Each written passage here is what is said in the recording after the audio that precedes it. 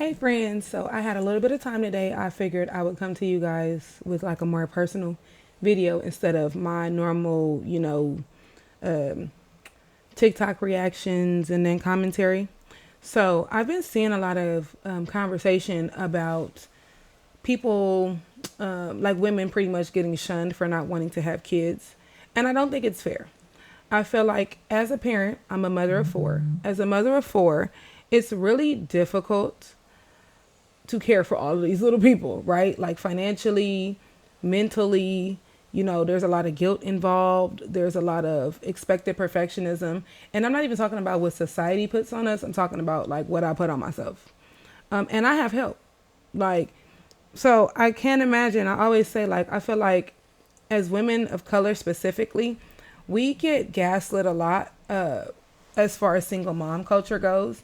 And I think that the people that do it to us, either they forget or they neglect the fact that not everybody is a single mom because they picked wrong, right? Sometimes you're simply a single mom because your partner passed away. It's not always somebody's in jail. Your partner passed away. Or sometimes people have horrific accidents and they become paraplegics or they become vegetables. And now you're taking care of them and yourself. Like, I have a friend and her stepdad got in a really bad car accident and he suffers from really bad TBI and he's not really any help. You know what I mean? He can't be. There's only so much that he can do. The man don't know his left from his right. You know what I mean? So it's like, I, as a mother, I've never been one of those people to want to tell somebody like, oh yeah, just have one. Like, you'll see, like you'll feel like, what took you so long? No, you won't. No, you will not. Let me say this to you. As someone, when I had my last daughter, I knew before she was even here that I was done. So I remember my second to the last, so my baby boy. When I had him, I'm talking about they took the baby out my uterus, handed him to me, and I literally told his dad, I said, I got it in me to do this one more time, and then I'm done. And when I had Ayana, I literally, like, I want to say Yanni was born in March. Baby, I signed the tubal papers in December. I knew I was done. So I always tell people, like, yes, there may be parts of you that don't want to do this because of maybe trauma. Like we talked about in some of my previous videos, we talked about, the narcissistic parents. We talked about some of those toxic family systems. And those things can for sure make you, I don't want to say afraid, but just make you really, think twice about, do I really want to do this? Do I want to bring a child into this situation? You know what I mean? Like, but I will say, like, some people can't even care for a plant, let alone a child, right?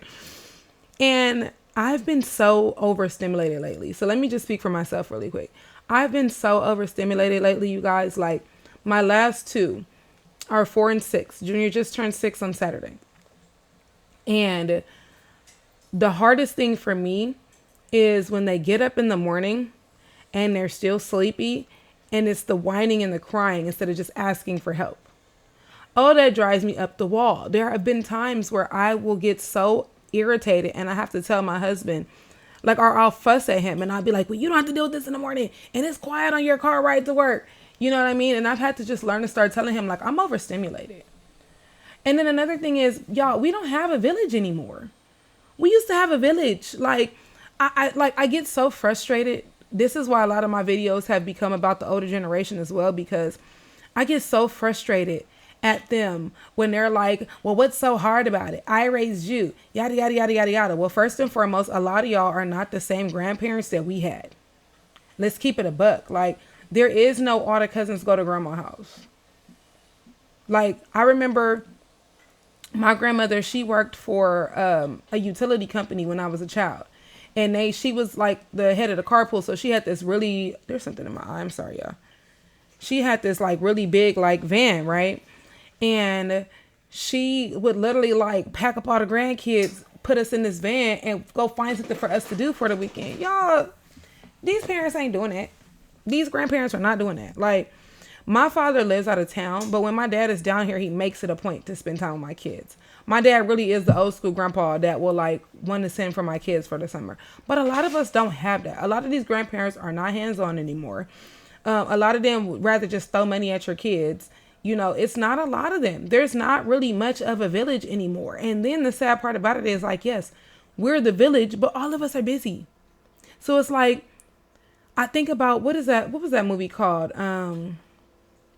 Was it called like the Single Moms Club or something like that, where they would like, they had a whole group and they would trade off, and it'd be like, okay, so I'll take all the kids this night, you guys go out. Like, unless we're doing that, you know, when do you really have time to yourself? And then like, I know for myself, like, you guys, I run a business. I run a few businesses, right? But my main business is hairstyling. And for me, it's like, even when I'm off, like today's Monday, today's my off day, I'm also back in school. I'm trying to finish up my degree. So Mondays is my days where like, I'm resetting the house, right? Before I go pick these kids up, dinner is going to already be in the oven. You know, I'm catching up on homework that might have been due or is due either today or tomorrow or what have you. The dog is here. You know what I mean? So, I'm still, I don't have a day just for me. You know what I mean? So that's another thing. Okay, I don't smoke, but I feel like I got cotton mouth. And I know a lot of y'all don't like gum chewing on TV. I mean on TV, Lord Jesus. On camera. And I apologize in advance. I would try my best not to smack, but that's why I keep going. Because I'm trying to figure out why my mouth feel the way I do. So I apologize, y'all. I'm going to try my hardest not to smack. But I need to do something because my mouth is just... Anyway, so... that is like one of the bigger issues that I have is, I feel like when we try to speak to them and tell them what's going on with us, they're so quick to negate what we're going through. And so a lot of my friends and family members and good homegirls on the internet that have opted to be, you know, the good, I call it the fun auntie. So those that have just decided to be the fun auntie, like, I empathize with that. I don't see anything wrong with it. I think that's pretty cool.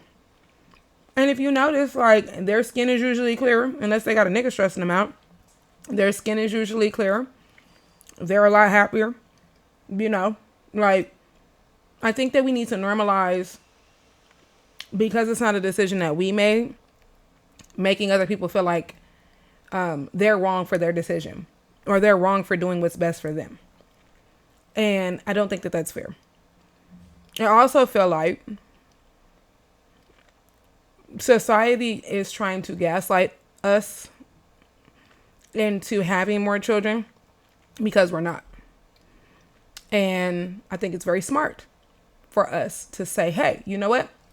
I'm not doing that, or I've had enough, or I'm done. Because the way my parents put it to me when I was growing up was, you have as many as you know that you can take care of by yourself. And it wasn't like, oh, a man can leave. Oh, it wasn't like that. It was just that you just never know what can happen. So I knew that I could comfortably have this amount. And that is where I stopped at. Mentally, I could have this amount. And that is where I stopped at. And my last daughter was born during the pandemic. Y'all, I was mentally fighting for my life. Not only was I going through postpartum, but the world had just gone to shit at the time. And so imagine, like, I think junior was 1.5 years. So we're at home, we're homeschooling. I'm not working. I just had a baby. I have a toddler. So we're doing homeschooling. I'm trying to run the retail part of my business so that there's still money coming in. And then every day I'm being fed the news and people around me are dropping like flies. Like, imagine what that does to your mental. And I'm one of those people that have had postpartum depression with all 3 of my children. Like, I wouldn't wish that on anybody. Yes, my kids are beautiful. Yes, I love my kids. But I feel like even as a mother, I have to validate to those of you guys that don't have kids or don't want kids that your feelings are very much valid. And we have to normalize not, what's the word that I want to say? Not projecting our own feelings on other people, and just respecting their feelings and their wants and whatever that is, whatever that means for them. I have an auntie that we just knew was going to be the fun auntie. That child did not have her first baby until she was like 43. And baby, that baby is happy. She's happy. All is well. And she was able to do everything that she wanted to do. And that was just her and her baby. Like, you have to do what works for you. At the end of the day, this life is yours. And only you know how you want to live it. And other people can't tell you to live that for you. You know what I mean? Like, other people can't tell you how to live your life. And we've talked about on other videos, like the people pleasing and things like that. And if you live your life for everybody else, you will never be happy. Believe me, I tried. It doesn't get you anywhere. So if you guys like these videos over the TikTok videos, let me know. I plan on going live pretty soon. I'm still working on my camera setup. Like, if you guys see me looking down, my monitor is right here on my laptop. My iPhone is up here. So I'm still trying to figure this whole thing out. But I did want to come and talk to you guys. And that was one of the topics that I wanted to talk about. There was another one. I think somebody wanted me to talk about toxic children. I have that one in the queue, but I haven't posted it yet. So I'll either make another video for it or I'll post it soon. But I'm always open to suggestions. I appreciate having you guys. And before I go, because there's something I want to talk about.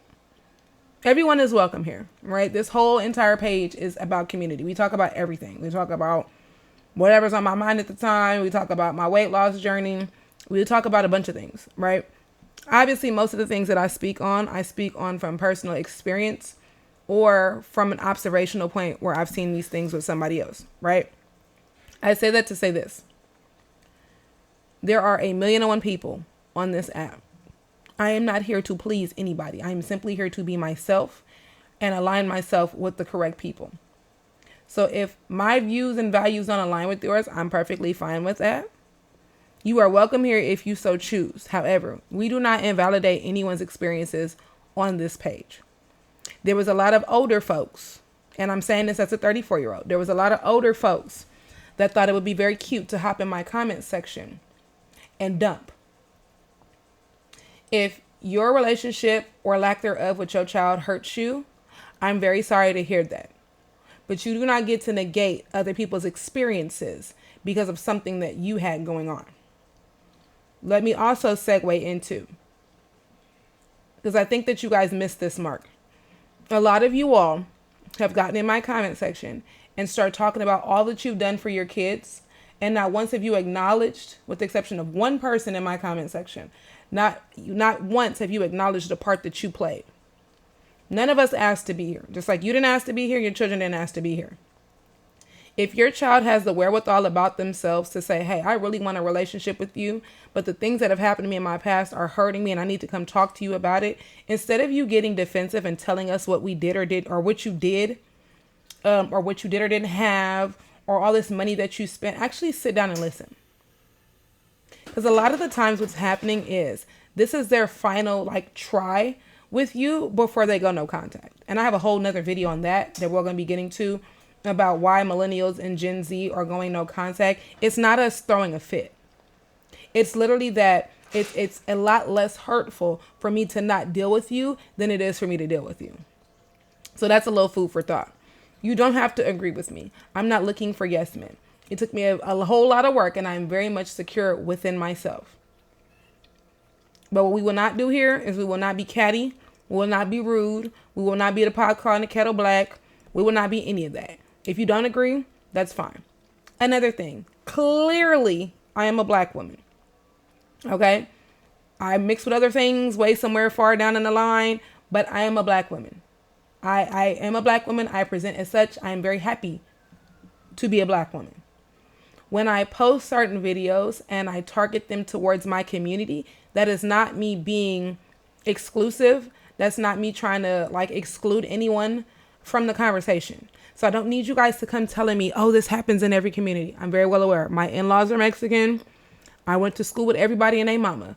The neighborhood that I live in is full of Asian people and Indian people. It's a big ass melting pot. Mind you, I am from Los Angeles. I'm very well aware. But my focus when I'm talking about the uncomfortable things is my people. Because these things have affected me. These things will affect the next generation and the next generation and the next generation. We have got to stop trying to invite everybody to the cookout. and then wondering why they're taking a plate and they're leaving. And then we're still all sitting there hungry. If you don't get my metaphor, if it went over your head, run it back. But when I'm speaking on problems in my community, that doesn't mean that it's not happening in other communities. It just means that I'm speaking on a problem that I have with my community. I don't care if this white mom did it to her daughter. Okay, we know it happens to everybody, but I'm speaking on mine. My mom is black as hell. My father is black as hell. I'm black as hell. I'm speaking on my experience as a black woman. That doesn't mean that these things don't happen to other people. So please spare me. But anyway, that is all I have for you guys today. I love you guys so much. I appreciate you all for being here. I think we have like 5. Let me see. I think we have like 500 and something good homies. Let me check real quick. Yes, I now have 561 good homies and homegirls, and I appreciate you all for being here. I'm having so much fun with this. I do have another YouTube if you guys want to follow that one, which is for my business. It's You Pay I Slay, and that's pretty much hair content, and I speak about, you know, whatever's going on over there. So I appreciate you guys. Like I said, I'm always open. We could talk about anything under the sun. If y'all want to hit me about whatever. Another thing that I want to start doing is you guys can definitely like email me, and you can email me like what you got going on, and I can react to that, what have you. This is a healing space, okay? However, there will be no negativity allowed. You can go be negative by yourself. We do not throw pity parties and misery parties over here. That is not what we do. So I pray that you guys all have a beautiful Monday, and I will see you on the next video. Bye, y'all.